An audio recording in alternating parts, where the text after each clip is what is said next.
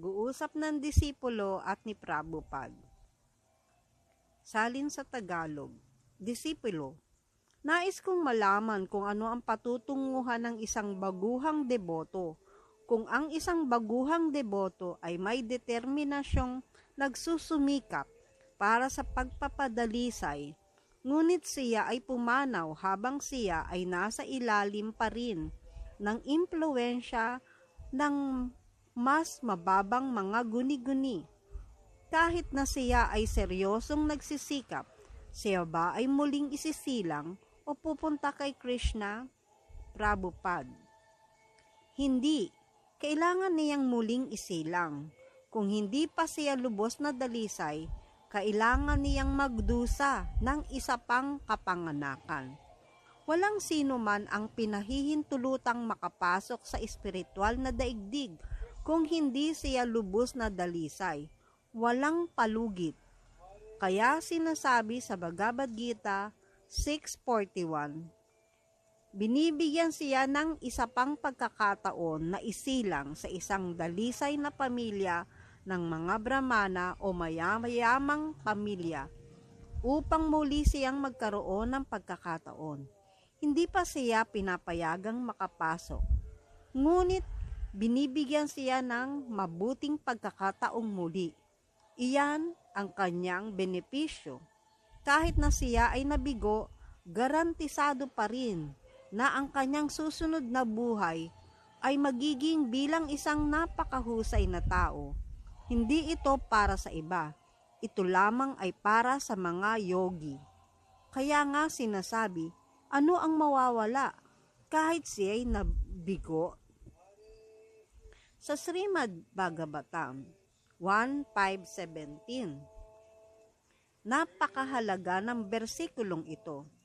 Kahit na dahil lamang sa damdamin ay lumapit ang isa sa kamalayan kay Krishna at ginampanan ang mga regulasyong tungkulin umaawit ng Hare Krishna, ang kanyang susunod na buhay ay tiyak na magiging isang tao muli. Kahit pansamantala lamang niya itong nagawa.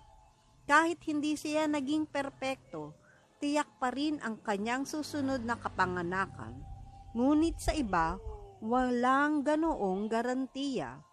Kahit natuparin niya ang kanyang tinatawag na material na tungkulin, walang kasigurudahan na siya ay muling isisilang bilang tao. Disipulo. Nanatili siya sa katawan na iyon at pagkatapos ay pumunta siya kay Hrishikesh at nagsagawa ng debosyonal na paglilingkod at pagkatapos ay naging perpekto. Prabhupada. Hindi, siya ay perpekto na. Ngunit upang palalimin pa ang kanyang pagnanais, paano ako makakarating sa Vaikuntha? Kailangan niyang bumalik muli. Siya ay perpekto na. Kung hindi, paanong siya ay nailigtas mula sa mga Yamaduts? Disipulo. Kaya kung isang deboto ay namatay at naalala si Krishna kahit na hindi pa siya perpekto, Prabhupada, maliban kung siya ay perpekto, hindi niya maaalala si Krishna. Hindi iyon posible.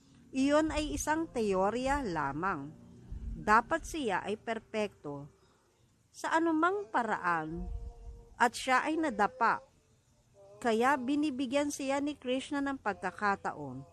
Iyon ay espesyal na konsesyon para sa deboto. Sa kahit anuman, maging deboto ka.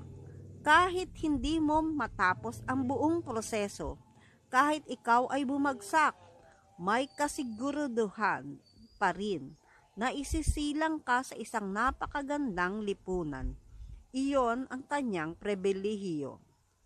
Mula sa Morning Walk Conversation, November 2, 1975, Nairobi.